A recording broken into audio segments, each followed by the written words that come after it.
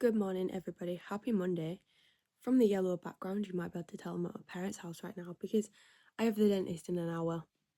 And I hate the dentist. I actually feel quite sick and scared, and it makes me really anxious because, one, I always fear that they're going to tell me all my teeth are falling out, and realistically, they're not, are they? I don't have any, dental pain. As far as I'm aware, I don't have any holes in my teeth, although I do occasionally go through a phase where I'm convinced I have a hole in my tooth. But every time I go, lo and behold, they're like, your teeth are fine.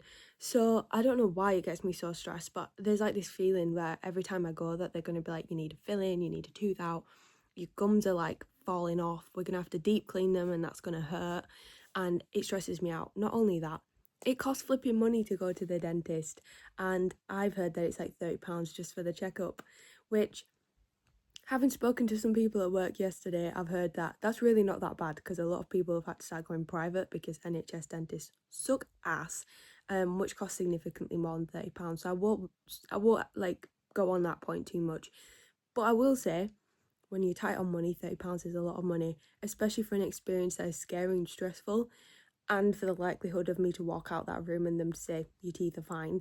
It feels like a waste of money and putting myself through stress I don't want to go through. However, I do believe that it's always important to go for your yearly checkup, because at the end of the day, it's better for them to say your teeth are fine or catch a problem early than it is to go ages without it, and then when you are in a emergency when it comes to your dental health, not having anybody to call.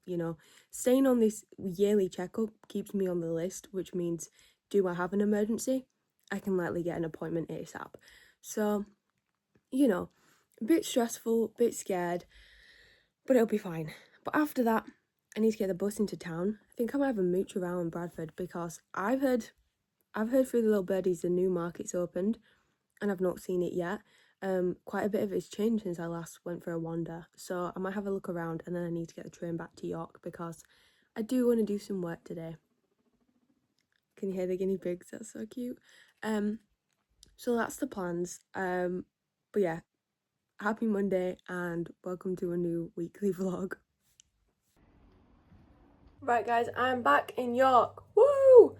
Unfortunately, my neighbour's having stuff done on their roof, so if you can hear banging and stuff in the background, I'm sorry, this is going to be quick. But do you want to know what I bought? So I went to Broadway, and it's Broadway Bradford, for those who don't know. Shopping centre. And so while I was in there, New Look has a massive sale on. Loads of the shops just have major sales on. I only really bought out from New Look though, so let me show you what I got. First thing, some of these Converse. These are not for me though, they're for my mum.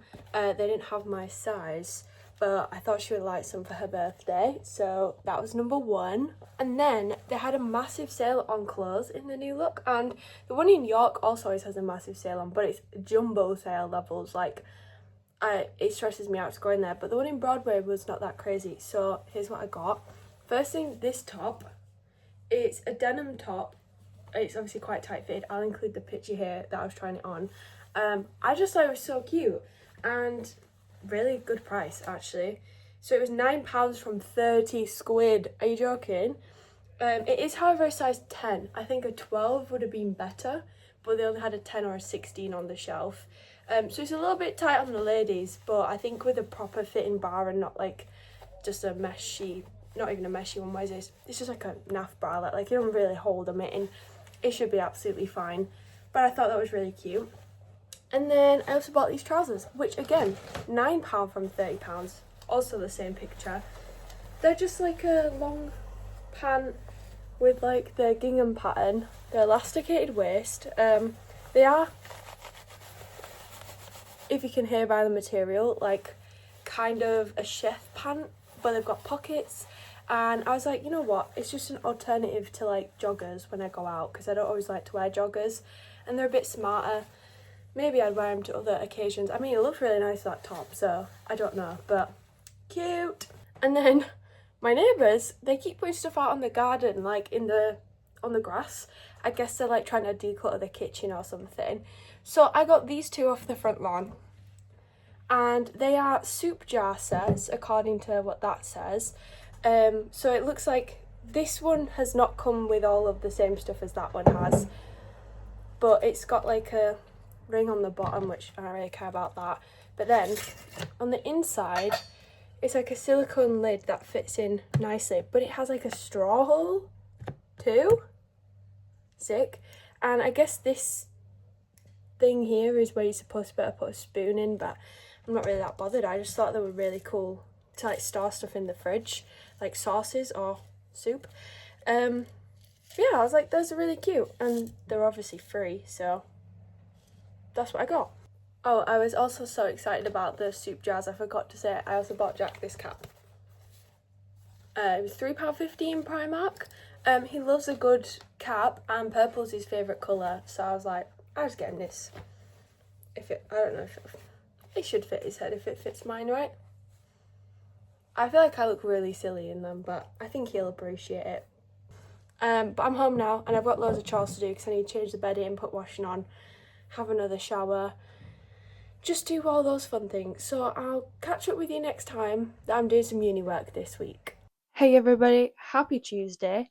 I'm all dressed right now. I got my plain black top on, but I've also got my new trousers on. Hell yeah. And I'm gonna go to campus. It's currently like just after 11 o'clock, so I've actually been awake longer than I expected because guess what? Everybody on my house street is having work done on it. So this side of the wall on Friday, was it Saturday, Friday? There were people putting scaffolding up, and I was like, oh, good lord. So since about 8 o'clock this morning, it's been like someone knocking on the wall because they're hammering something. I'm assuming they're fixing a roof, maybe, because I've seen a roofer van outside. This way or that way, there's power tools going off. There's men walking back and forth up the alley next to my house, which, if you knew my house, is not a very big house, so it's only like 3 steps away from me. So every time they walk past, I can hear everything they're saying. Same with on the street, because unfortunately with terrace housing, you are literally on the street. So they're going to their van, back, stood out there chatting with each other, occasionally putting their litter on my windowsill, which I'm not impressed with, by the way. I will be calling you manager. But yeah, it's just like I'm surrounded by men, and then also the bin men actually came this morning too. So it's too many workers, too many men around me right now. So I need to get out of here because there's no way I can work in here right now because I'm just like there's too much noise and distraction. So that's not ideal. So I'm gonna go to campus, be very brave. But the bravest thing of all that I'm gonna maybe do today, I haven't 100% decided if I'm committing or not, is I got an email last week basically saying, hey guys, the Paleo Hub slash I think they're now going to be renaming it the Archeo Hub. So one of the archaeology spaces on campus. They've redone slash renovated, I guess is probably the better word. They're just walking past my window. Wait, they see me filming. Okay. Anyway, they've renovated the like PGR like postgraduate room space. And they're having a picky bits and some drinks there this afternoon at like 4 o'clock. And it was an email that was sent out, and they were like, everybody's invited and welcome to come. If you've never been in the space before, we encourage you to come and see it and, you know, chat with people. And when I spoke to my supervisor on Friday, I said I was considering going because I was like, you know, it'd be nice to talk to other people doing PhDs, and then maybe they can give me some insight on my abilities to do it. And also, you know, I don't use much space on campus for working, and I don't have anyone in my cohort, so it wouldn't hurt to be able to go into a space and have people to chat to if I needed some advice, or hey guys, do you mind just having a look at this? What do you think of this? Or, you know, that kind of like casual working space with like-minded individuals. And I've, for my entire time at uni, I've been a very independent person in the fact that I study by myself. A lot of the time I go to classes, and if I didn't know anybody there, people were not very like open to making new friends a lot of the time, and I've just got used to that, and that's fine. Um, so I'm trying to decide if I'm going to be really brave. Part of me is really, really hoping that the one person I know who's still doing a PhD who taught one of my modules will be there, because he was really easy to talk to, and we actually have some friends in common outside of our topics. So I will be cool to see him because I feel comfortable chatting with him. but I'm also like, maybe there'll be people there who've also never been and used that space before, because maybe they're like me and a bit scared too, so they just sit by themselves somewhere else. But that's 4 till 5 this afternoon, so I'm like, if I go to campus, get a couple hours of work done, and then see how brave I'm feeling. I really want to be brave and do it, but I don't know. So we'll see.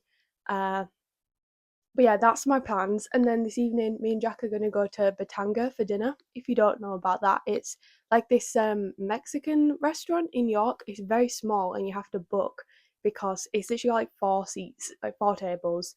And like when I tried to look to go last week, they were like, we're booked out for a full week. So we've booked for this evening.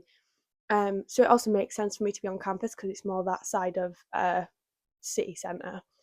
So that's the plans. I can't even think right now what it is I'm actually going to be doing, like dissertation wise, because it's been a couple of days since I looked at it. So let's get to the library, think about what we're doing, and not worry about if I'm going to that meeting or not yet, because we don't need to stress till we're there. Also, it's 25 degrees, and part of my outfit plan was to wear my like knitted jumper thing. I think it's too hot for that right now, so I'm going to take it with me because sometimes the library spaces are cold. But yeah, let's go. Guys, I'm about to be so brave and go to the meeting, but you know what I did? I brought the wrong purse, so I don't have my card to get in the building. So fingers crossed, somebody will let me in. I'm also really shaky because I've not eaten, because I was prepared to go for dinner and I just didn't think about it. But I believe there should be snacks there, so I think I should be fine. I'm so nervous. Outfit though. The jumper does look really good with the outfit, so I'm glad it's kind of cooled down now. Okay, I was super brave and I went. I spoke to like 4 different PhD people. One of them I feel like I've made a friend in. She's called Addie. She's from Texas. How cool. And she also had a delayed start, so that's also cool. I can't stop looking at her face. I feel like it looks dreadful. Anyway, made a friend. We exchanged numbers, and so that was cool. And also getting to talk to her about like how she kind of funded her PhD and all these things, because she's only just starting first year, so she's actually only been here like 2 months less than me, which is cool. So it was good. I'm glad I went. But then as soon as she was like, I'm leaving, I was like, me too. I didn't really need to, but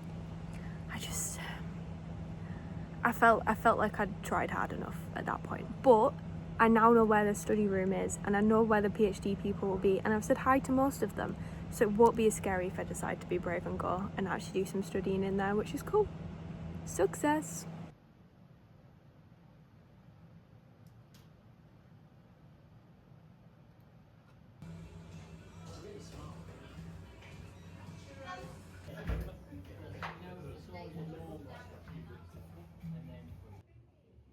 Hey everybody, happy Wednesday. I don't know what the wind has done to my fringe, so we'll ignore that. I've just been to the supermarket and I bought all the stuff to make some hoisin pork for dinner. Yummy! And I also bought Len some of his favourite cat food. Cheeky little untamed chicken breasts, one in jelly, one in gravy for him. Lovely! I just want to do a rundown of my work I got done yesterday. So I started with looking at, what do I need to get done? And the idea basically at that point was, well, if I'm going to use Gemini to find out the papers, but also to pull out the quotes, can I do that?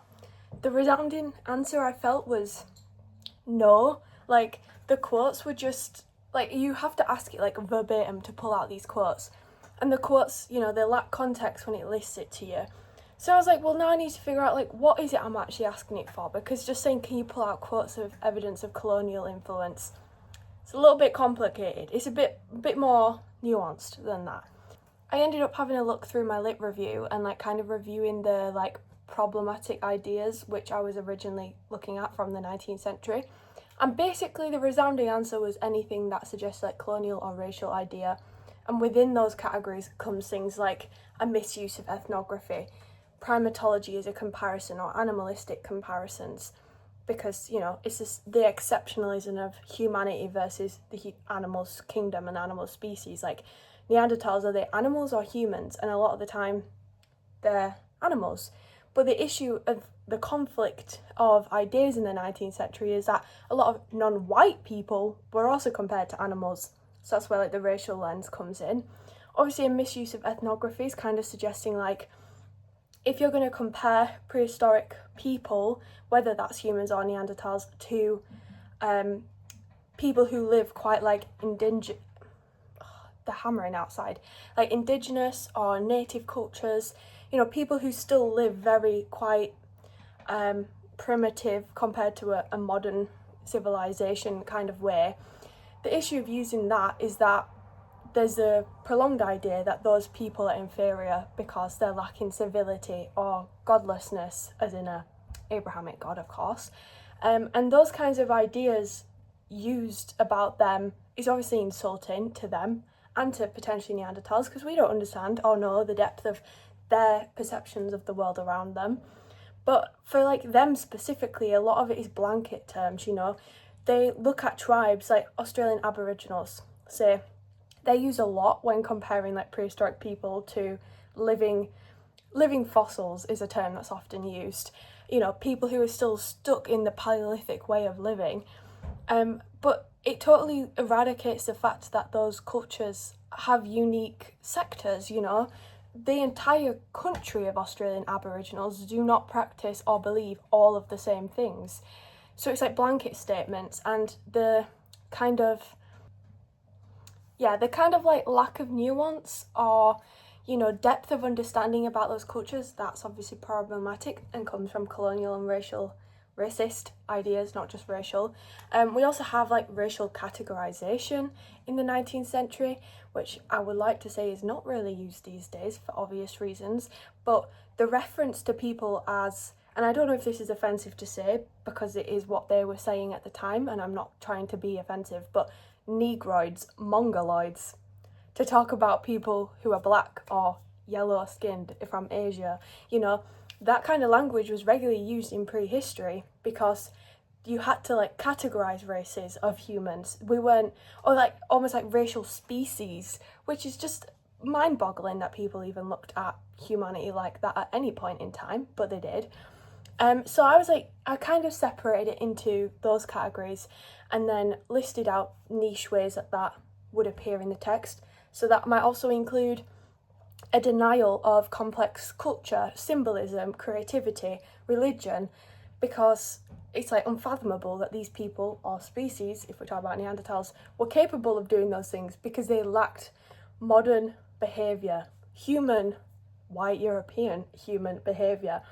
And so after I did that, I was like, well, I need to email the guy at uni who does data analysis and use coding and softwares and things to ask him like what's the best way to pull out this information from the text, as in most efficient, because we need to get a lot of data, and two, a way that's not going to make me pull my hair out because it just needs to be straightforward. So I emailed him, but he's on holiday, so I was like, right, next step, what else can we do? So I ended up having a look at some papers. I asked again Gemini to show me some papers which also used AI to pull out linguistics or like analyze linguistics basically. So I found a paper that was looking at interviews. So it was still archaeology, but it was a paper with like interviews. So they had to change the interviews into a transcript, and then they talked about how they tidied up the transcript to make it viable for searching for terms or tokens, as they often call it in coding for like language models. So that was quite useful because now I have an idea of what R packages I might need to do that and what steps I'll take. So I can't just use PDFs, I'm going to have to transport them or convert them into text files that are uniform, so all lowercase, all same format, sizing, you know, that kind of stuff.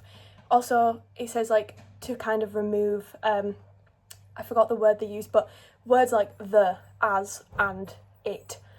Words that are not like indicative of interpretation, they're kind of filler words that make up language to make it make sense, you know? So I've got to that point, and now I just need to have a look at like what coding packages actually work for search terms and like data collecting of search terms. So that's going to be my next steps. I hope that makes sense. I feel like that was a bit rambly, but that's what I got up to. and I'm gonna start making this food so then it's just ready for me when I want to eat it later, and then probably do some more uni work. But fucking hell, it's boiling outside. I'm sweating buckets. It's like 27 degrees again. I thought we were maybe cooling down a little bit, but apparently not.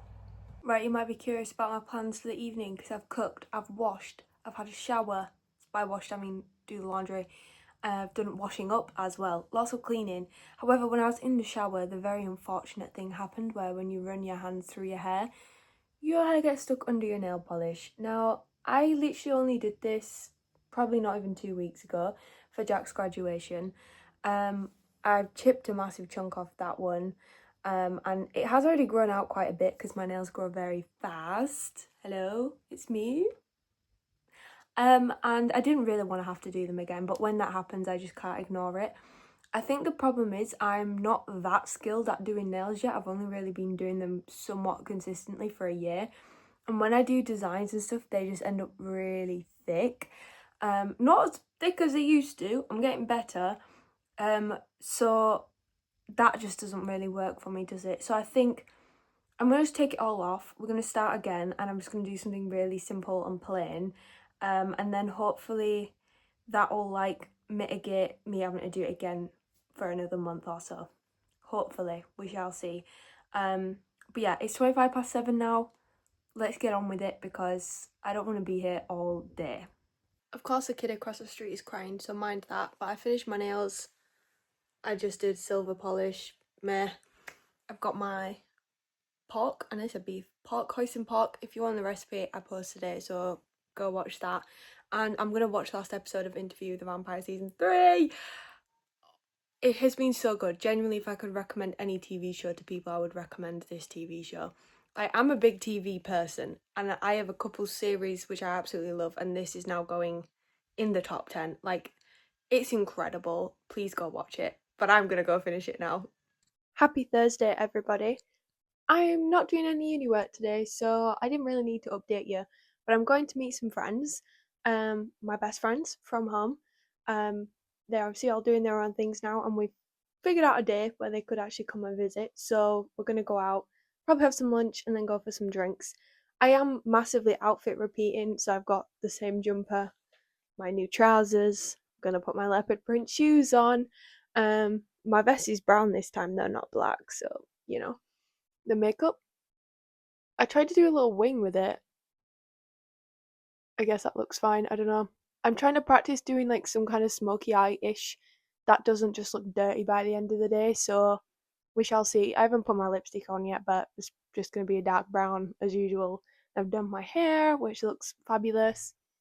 Jewelry in, all the rings on, of course. So yeah, I'm gonna go out in like half an hour to meet them, and I'm very excited because I miss hanging out with them. We don't hang out anymore because we're all busy, but gotta make time for it sometimes. Hey everybody, happy Friday. As you can tell by the light behind me, it's quite late right now. It's 10:30. I've been looking though some more because I've put it off for most of the day, so I was like, you need to do some work. About like how other heritage people have been using AI or coding to pull out quotes and themes from text, and how they've done that to then analyze patterns or trends. So Jack kind of said to me, why don't you just ask Gemini how to do it? So I was just like, oh, let me ask it some questions. So I've just asked it, can you show me papers from heritage research which uses AI or coding to pull quotes and themes from text for an analysis of patterns and trends? And honestly, my mind's a bit boggled right now. This is really making me wish I'd taken computational archaeology at some point in the last 4 years, but I didn't. Because there's a lot about like natural language processing, large language models, structural topic models, transformer embedding, like things I don't have any clue about. So they listed me some options. One of them, natural language processing frameworks. So this is using computational text analysis across heritage. So I was like, okay. So the focus of this is to synthesize NLP, which let me just remind you because I needed it, natural language processing, methodologies for unstructured heritage records. So they're using information that's extracted from the text, and then computational semantic modelling to like understand what the text is saying, and then I guess reduce that information to surface subtle thematic trends and linguistic patterns that can then be analysed. I was like, okay, I don't know if that helps me. Topic modelling and sentiment analysis. So I was like, okay, sentiment's kind of interesting because, you know, semantics is a very important part of this research because language changes, intention changes, and semantics and context is all relevant in that analysis. You know, I'm really doing a throwback to English A-level lit and lang right now. But this was used to evaluate visitor experiences via structural topic modelling. I don't know what any of this means. So extracting thematic patterns and visitor sentiment from reviews. I was like, okay, kind of interesting. So they use structural topic models to group unstructured user feedback into 3 primary attributes and 19 granular sub-themes, which I think that sounds quite interesting because I imagine that from my text, that's quite unstructured, you know. It's not a direct, here's my interpretation of Neanderthals or modern humans. A lot of the time it's just woven in without thought for what I'm doing, of course. It's not written for my research. And the idea of having 3 primary attributes, so I guess 3 key words or themes, and then splitting that into 19 categories afterwards. So say my themes or primary attributes were colonialism and racism. What does those 2 attributes look like thematically throughout the text? So again, that maybe might link back to misuse of ethnography or primatology, or a denial of modern behaviour in these individuals. I don't know how I would apply that to my work right now, but it has given me the papers that did it, so that's kind of helpful, I guess. So they did this, outlines how algorithmic text mining uncovers hidden gaps between curator intention and visitor perception, revealing key drivers of tourist satisfaction and engagement. So I guess it reads between the lines to reveal the true meaning of the comment, which might be useful. I don't know. I don't fucking know. Deep learning in intangible cultural heritage, mining contemporary values. They use this phrase like text mining a lot, and I don't know what any of this means.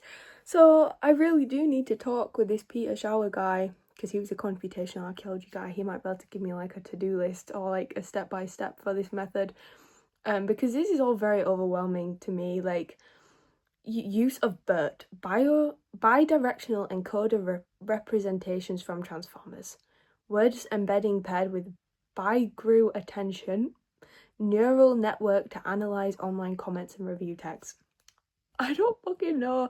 Big data and political discourse, computation analysis of heritage mobilization, analysing how historical and archaeological heritage is referenced across digital public discourse, a quantitative big data framework utilising computational text mining, examines how contemporary political movements selectively pull imagery and quotes referencing Iron Age and Roman heritage to construct natural identity and shape public debates.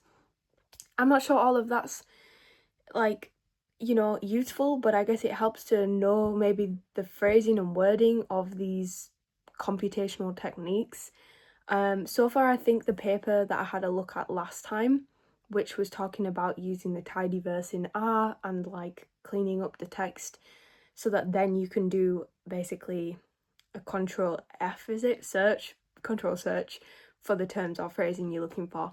I just really wish I could come up with exact sentences or phrases or tokens that I knew I could look for that would be 100% evidence of any of these themes of problematic ideas, but I just don't know if that's possible.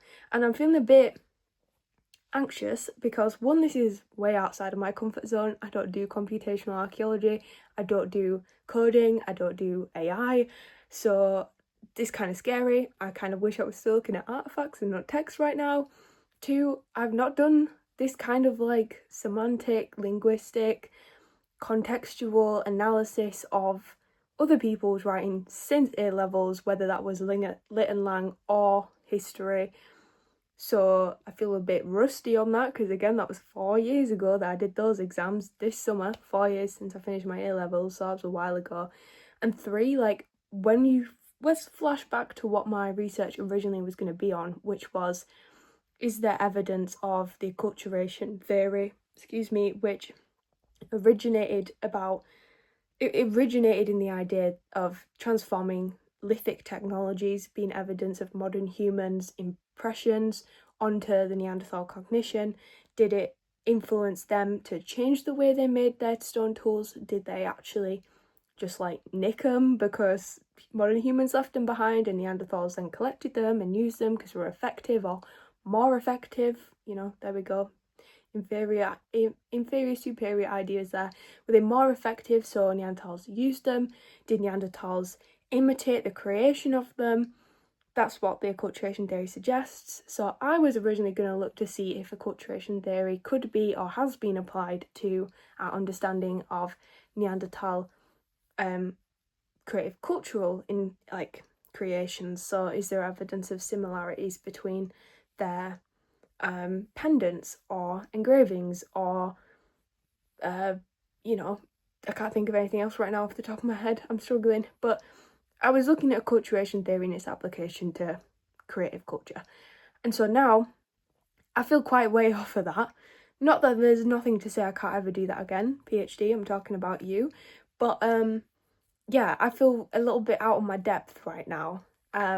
So I don't know. Probably a bad idea to start looking at this right now because I'm just going to worry about it all night. But that's where I'm up to. Basically, I still have no idea what my methods is going to look like until I speak to Peter, I don't think. So that's awesome. But maybe he'll be back from holiday next week, hopefully, and I might get a response out of him and not just an out of office email. Me again, about an hour or so later. If you can hear rustling, Len's under the bed. I don't know what he's doing. But basically, I had a look at one of the papers, the one I suggested might be useful.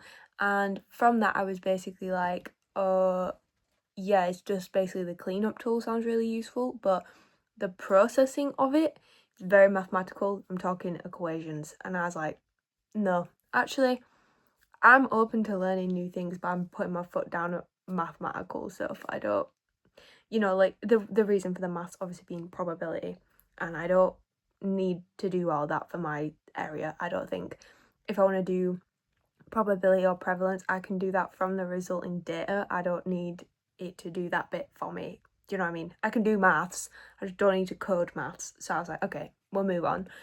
So what do I know that I need to do following collection of literature, which I'm going to use Gemini for? 1, transform journals into text format, most likely. Tidy up the format, so normalization, lowercase, size, font, removal of white space, numbers, punctuation, all that fun stuff. And then I need to analyse it. How are we going to do that?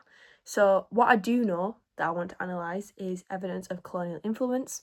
What that would look like, in my opinion, in this literature is likely misuse of ethnography, primatology, animal comparisons, denial of modern behaviour, racial categories, phrasing like uncivilized, brutal, godless, notions of either in or superiority, that's a weird way to say that, a denial of creative symbolic behaviour, replacement models, cultural inferiority, survival of the fittest, extinction being a natural result of inferior being. So I was like, okay, what does text mining actually mean? So what is it that I'm trying to do? Because text mining is it, as far as I'm aware. In its simplest format, text mining is a processing of using computers and algorithms to analyse large amounts of unstructured human language and transform it into a structured, usable data. Sounds good. So there's different types of it, which I found as topic modelling, which is grouping words and documents into natural clusters and themes without reading them first. Sounds good. Sentiment analysis, detecting tone, emotion or attitude behind words. Also sounds good. And then frequency and n-gram analysis, counting how often specific words or multiple word phrases appear together.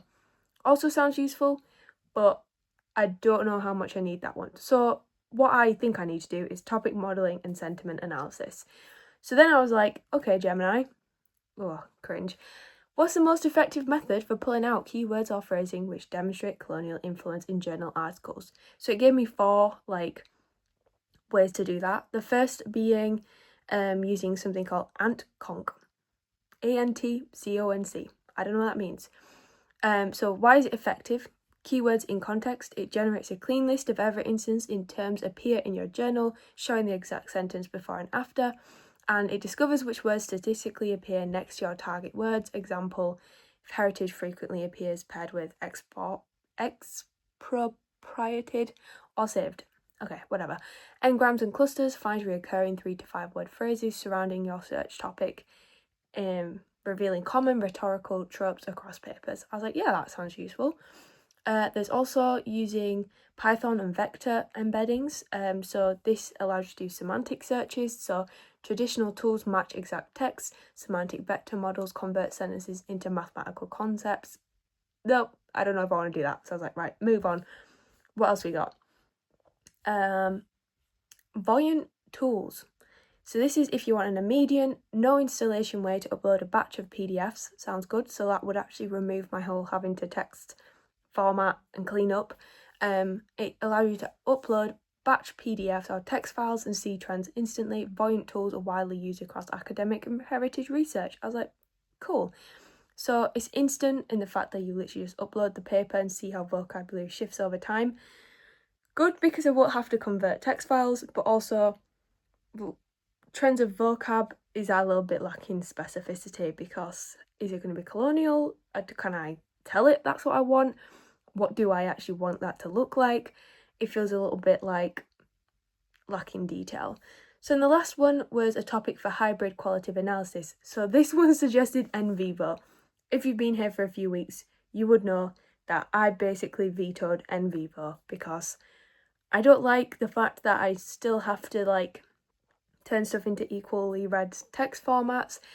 I didn't like how the format worked, as in formats from Word. Like when you're on it, it just looks like it was made in 2010 and has not changed. It's a little bit old school, it's very slow. It also is like a bit janky and it crashes a lot, so you need to make a million backups. And I was like, that just sounds stressful. But it suggested something called Max QDA via its Dictio module. I don't know what that means, but maybe it's an alternative to NVivo, so I could have a look into this and see if it's any better. But basically, you build a vocabulary dictionary, so obviously mine would be colonial language. So that will combine dozens of related words, multiple word phrases, and then it'll scan your PDFs, or text files I'm assuming, and automatically code matching paragraphs and let you export those as excerpts as a compiled quote sheet, excerpts. So that sounds good, because then it would literally just pick up those phrasing and quotes and turn it into a quote pile sheet. I'm guessing that it would then still relate that to the context of who wrote it, when, why, how, what was the journal, all that nonsense. So I'm feeling a little bit more positive now, because I think a mixture of hybrid qualitative analysis using something like Max QDA as an alternative to NVivo might be quite good for easily picking out this colonial vocab, depending on how the software works, and keyboard in context searches using the ant-conc thing might be good because it gives you a clean list of every instance a term appears. So I'm feeling like we might have come to some kind of solution, but obviously I need to see how these things work before I can decide on them.